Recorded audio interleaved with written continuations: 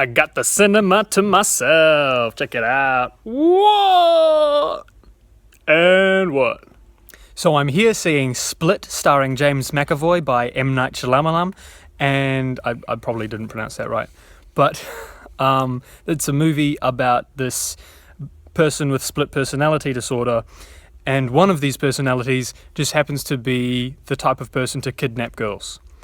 So the girls have to figure out a way to escape somehow, and so it's not going to have a lot of Christian references in it, I think, like explicitly religious references to it, but that's not all that the Christian lens is about. The Christian lens is a way of looking at movies with a critical lens.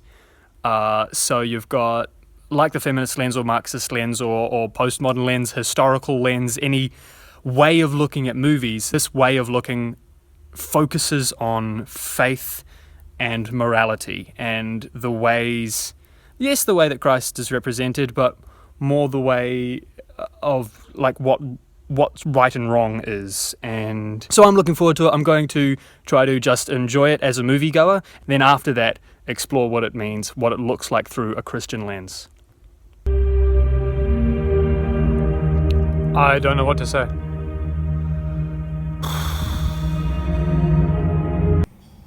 There are two main themes in Split. The first is that what you believe is true.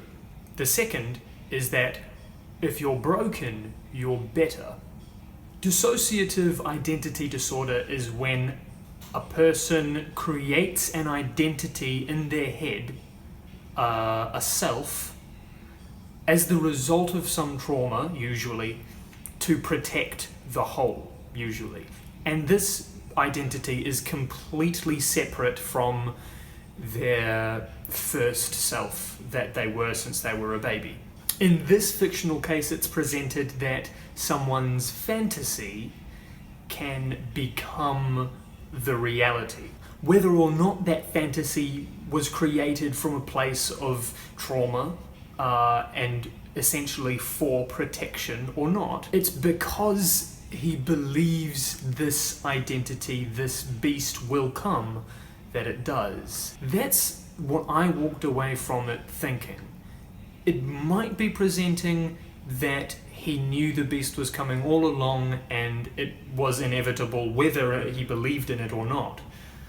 But that's not the vibe I got, and we'll come back to that when we explore the character of Dr. Karen Fletcher. Generally, the idea of what you believe being true because you believe it has been related to Christianity, but not in this film. Some people I know have theorized that if you believe in heaven and that you'll go there when you die, your consciousness will create this place for you when you die. That's not at all biblical. It was presented to me by presumably an agnostic. And like I said, I don't think that's what this film is trying to say at all. If anything, this film is posing the idea that the human body itself has so much more potential, and the human mind has so much more potential than we can access. And this brings me to the second point. The second theme is that if you're broken, you're better. So if you've experienced some form of trauma or pain, you've unlocked part of yourself that makes you a better person. Now, this isn't the whole picture. You need therapy and love after an incident in order to grow from that incident. So this idea can be a way of uplifting victims or survivors of abuse or people with mental illnesses.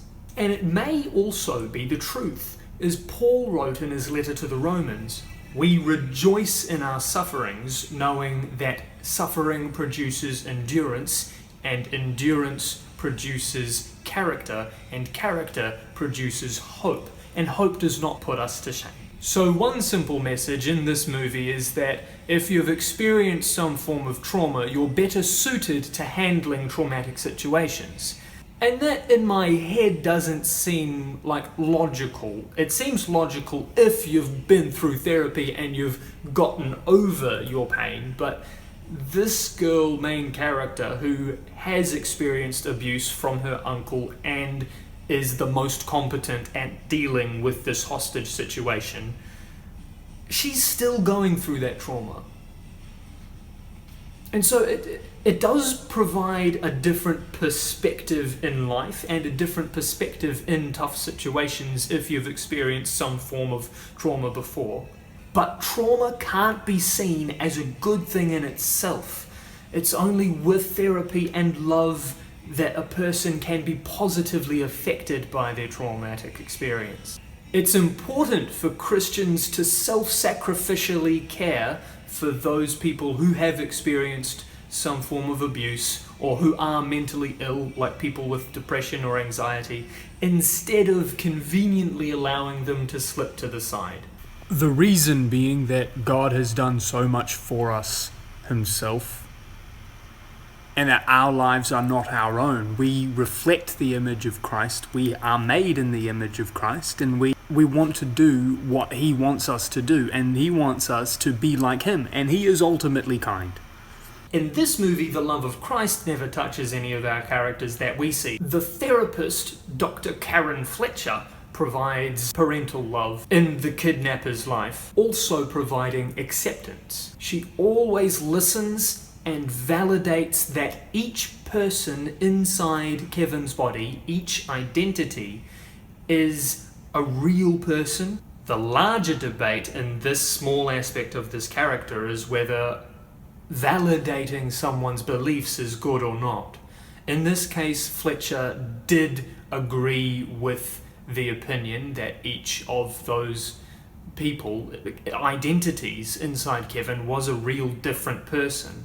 And I'm not a scientist, so I can't make any judgment call on that. And she didn't know that her supportive actions slightly helped to foster this beast. So do we tell people that they can be whatever they feel like they are?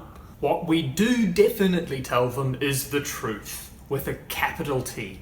One more thing, it can be hard to see if people really are faring well, especially if they've got a good job and if they live alone. The main reason that the beast emerged was because Kevin was living underneath a zoo, with really only himself for company. However, we can't just lump people together in facilities where they have everything they need, including a social life, and expect them to get better. That's not a scientific opinion at all.